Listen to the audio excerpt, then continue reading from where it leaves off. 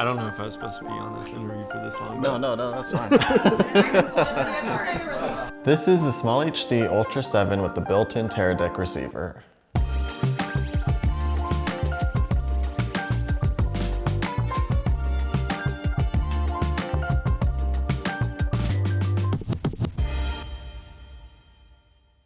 Let's get to the unboxing and what's inside the package.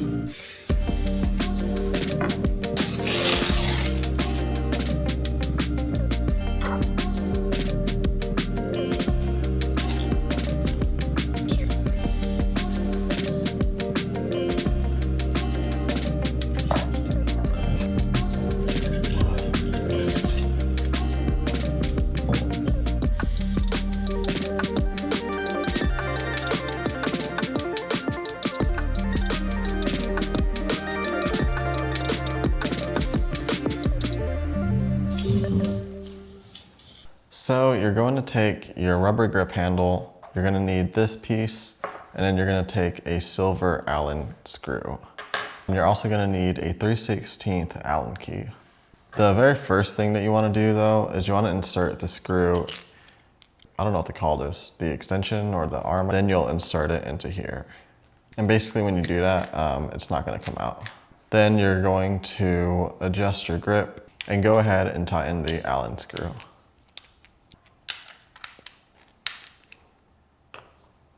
And now let's do the other side. And yeah, there we go, we have it on there. It's probably easier if you install these first. It just needs to be nice and snug. And it just goes right on top of it. And yeah, that's pretty much it. You can install a screen protector that it comes with.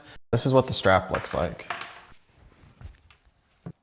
So yeah, I mean, the strap, it can be adjusted, to be, a little bit shorter, but it's nice because you can have it on your neck, hands-free, and then you can still look at your monitor. If you need to pick it up, put it down, and then you can do that. This monitor features the Teradek Bolt 6 receiver with 750 feet of range. It comes with 4 custom buttons along with your power button and the button to go back on your pages, as well as a joystick to navigate the menus.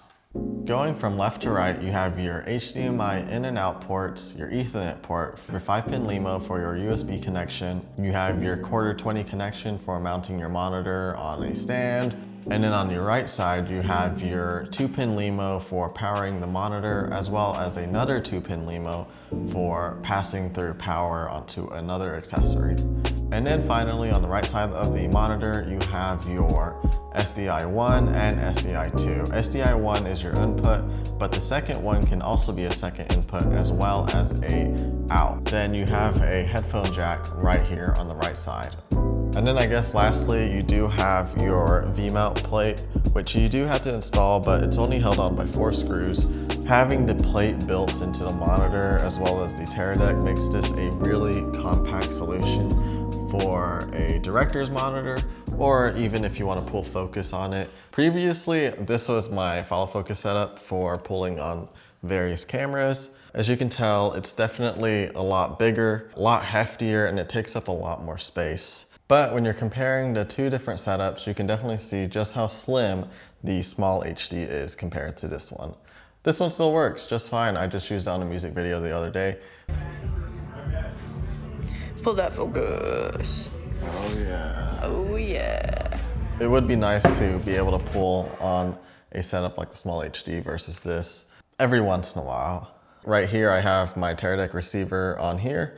Battery plate, battery, a handle, I guess the nice thing about this build is that the fizz unit can live on the setup, but I mean, I'm sure I could find a way to get it on the SmallHD. All you need is a V-mount battery. So we have a 150 watt-hour battery from Indie Pro Tools. Okay, we're gonna power on the monitor. If you slide downward, you're gonna be able to access, a quick select of the different menus that you have, or I guess pages is what they call them. You're gonna have a page for your exposure tools, a page for your focusing tools, scopes, framing. If you swipe towards the right on the left side of the screen, you're gonna be able to access your dashboard. Right here, you can select your Teradek receiver, you know, your SDI2, SDI1 input, and then your HDMI input. And then swipe one more time. You can also click it at the bottom. You don't have to, you know, swipe it. But you can go into your settings, and then you have your various settings. You have your input configuration, which is pretty much the same thing that was on the dashboard. You have your Teradek right here. It's gonna tell, you can rename your Teradek. It's gonna tell you signal quality. It's gonna tell you a lot of different things. Frequency, you can change the different settings. And then here you can also update the firmware for the Teradek itself. Then we have, you know, our brightness levels. We have our calibration, appearance, burn and recover, headphone audio level. You know, you can rotate your screen. Right now it does it automatically. And with the new firmware update on page OS 6, you can actually change everything to be in portrait. That way you can easily adjust your stuff for when you're filming for social media. We have our interface, then we have your image capture. That way, let's say you're shooting a music video and you want to replicate a shot and do a match shot. Well, you can screenshot what you have on your video feed, and then you can display it, you can change the opacity, and then overlay it with what you're seeing live. That way you can match the shot. I've done it before a couple of times. It's really useful to have on set. You have your image gallery that you can browse through. Then we get to interface. We have our external control, user functions. You can change, you know, and assign the different functions that you have. Then we have our pages, pixel zoom, status display, UI lock, language, button brightness, and then touch response. One of the best parts about having a SmallHD monitor or any other monitor that supports this is custom backgrounds. This is where we can personalize our backdrop. Then you can go into your SD card and load up different backgrounds. You know, I have a Mad Light Films one.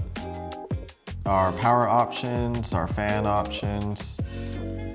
You probably don't want to mess with this. These monitors do run pretty hot when they're on for an extended time, so that's why it's nice to have the handles, because they provide you with a cool place to touch that, you know, the handles will never get hot. Then you have your date and time. Okay, it is on the right date, nice. And then your monitor ID, so you can name it. Then you can also save your settings that you have on this monitor and then upload that to an SD card. That way, if you want to match all of your SmallHD monitors that are on set, then you can go ahead and do that really quickly. Then we have our network options, you know, if you want to connect to Wi-Fi or Ethernet. I haven't been able to get the Wi-Fi to work. I don't know if there is something that you need in addition to the SmallHD monitor. Maybe you do need something else to make it work, but I can, you know, it doesn't really do anything when I click it. Then we have firmware, and you can also see the features that are in the new page OS. You can format your drive, do a factory reset, look at your licenses, your system info, and then your help section and getting started. So there is a lot of different, you know, I guess options, but I mean, they're pretty self-explanatory. Let's plug in a camera real quick. Let's go ahead and change your feed to the wireless feed. And then there we go. You'll see it's on the monitor right now. I'll show you guys the different tools that you can show.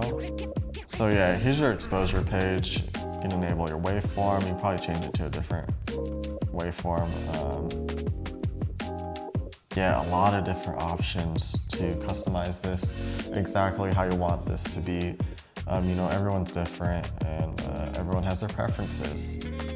And yeah, I mean, it was really easy to connect it. Oh, actually, it is easy if you do firmware updates as soon as you open the monitor.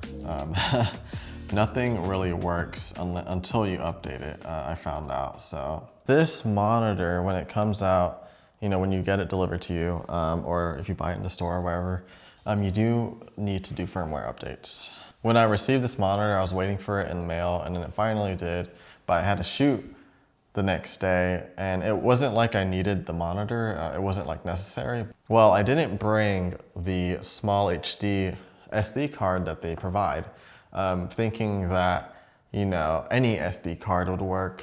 And as I found out, the smallest card I had on set was a 64 gigabyte card. We actually sent a PA to go pick up a 32 gigabyte card, but that wouldn't work as well. I wasn't sure if it was the card size or if I wasn't placing it in the right folder or if I was just installing a different, firmware than I was supposed to be installing or a different format of the firmware.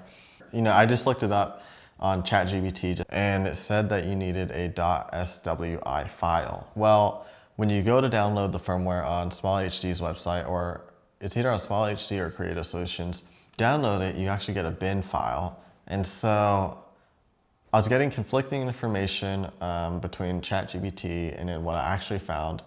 I'm guessing for their legacy monitors, they used a different, file format. But for these monitors, they do use the bin format.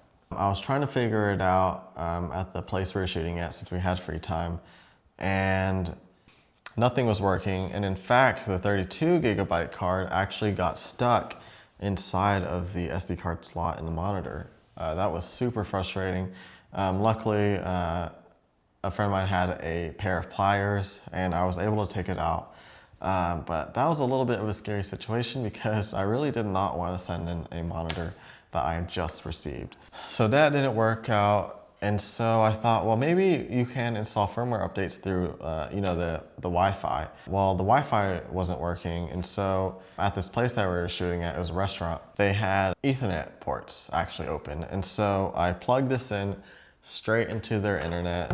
The SmallHD device recognized that it was connected to an IP address, but it still wouldn't let me update it. I couldn't find a way to update it, and so I kind of abandoned that, that route. I ended up not doing anything with it that whole day, and just since we had to shoot, I just put it away. 2 days after I got home, I was finally able to get back to this SD card. I installed the bin file from their website.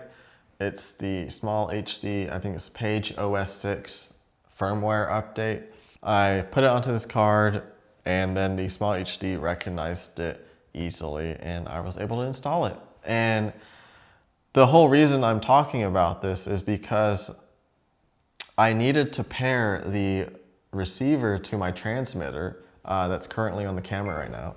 And I didn't realize that if it's not updated, you don't get a signal. At least that's what was happening to me. I would go on the iPhone app and it would see the transmitter, it would see the receiver that I have back here, but it would not see the receiver that's on the monitor. And so that's why I needed to do the update.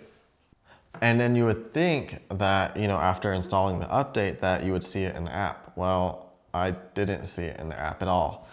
And then so what ended up happening was at the restaurant, I was also testing out to see if I could connect the transmitter to the receiver by going on the transmitter itself and going through the menu instead of doing it on the phone. So I figured, well, why not try that again, just in case maybe, it's the app or something. So I did it on the transmitter, and then I went through the pairing settings. I turned on pairing on this monitor, and then it finally connected. A long journey just to get to that. Definitely recommend just going ahead and plugging this in to your monitor as soon as you get it. That way it's always with you. I believe SmallHD says that they recommend using a 16 gigabyte card or smaller. Yeah, surprisingly nowadays that you can't really access 16 gigabyte cards very easily without ordering online. So definitely recommend getting this and keeping it with you at all times, unless you just happen to carry small cards. But yeah, I haven't gotten a chance to pull focus on it. I did look at the monitor for a little bit through the camera feed as I was following my friend Harry around. The monitor, it looks great. The connection is really stable as far as I could see. That could change, once I'm actually on the set with it. Yeah, so since I haven't gotten to test it, I'm actually testing it tomorrow. I'll show you guys the footage of what it looks like. Today we are on set with Rigid Motion Films with Zach, our director, here in the back. He is coming into frame right here. So we're here testing out the SmallHD Ultra 7 with the built-in Tear deck on this music video that we're helping Zach out with. And so far, I think he likes it. I love it so much. I've only held it thus far though. Whoa, he's letting me hold it again. Wow. So what do you think about the monitor so far? I know you've only been using it for a little bit so far. Yeah, you know, I haven't gone through the menus, but it is, I feel like with all SmallHD gear, it is pretty self-explanatory. I love, the weight is pretty nice. So yeah, so far I think it's been a great addition to our gear. It hasn't cut out at all as far as I can see, and yeah, I'll keep you guys updated. That's amazing. Is it on a loop? Oh, it is. Oh no. This is the one that cuts out, and then it shows you that. There's some other ones too. I think you just went here. You were saying we should, had a way to cycle through them. Yeah, like a screensaver. Yeah, exactly, yeah.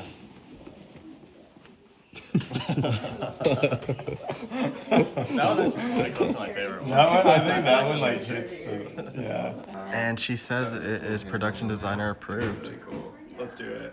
Yeah. I love that. That could be Make like sure that it is exactly Because as my messed original up the as opening it was last like time. I guess we can get to the price for this monitor. This monitor goes for around $4,500. And then whenever it typically goes on sale, it goes on sale for about $1,000 off. So it'll be around $3,500. Previously on a different sale during Christmas or around that time, we figured we would wait. You know, we still had about 2 hours until midnight before it changed. Robbie kind of just went ahead and decided that he wanted to buy it. Well, as soon as he went into the checkout, the monitor was out of stock. And so we were like, well, dang, I guess we won't get this monitor. But then B&H had another sale. It was a 2-day sale, and this monitor popped up. And it was on sale for $2,600 or around that. I'll put it on the screen. And so, you know, for it to be about $2,000 off, we figured it was the right time to just go ahead and buy it. Not cheap at all, but I know that this monitor will get a lot of use on set. There's been so many days where we're shooting and we have another monitor that we can set up, but it takes up a lot of time, and it also, you can power it with a battery, but we typically plug it into the wall. And usually because of time, we don't set it up. Well, that's where this is gonna come in handy. And so we'll always have a monitor up on set. Hopefully this will serve us well. I know these monitors hold their value really well. And I know that, you know, SmallHD makes products that will last for years. So I think this will be a great investment for the work that we do. Pretty happy with it so far.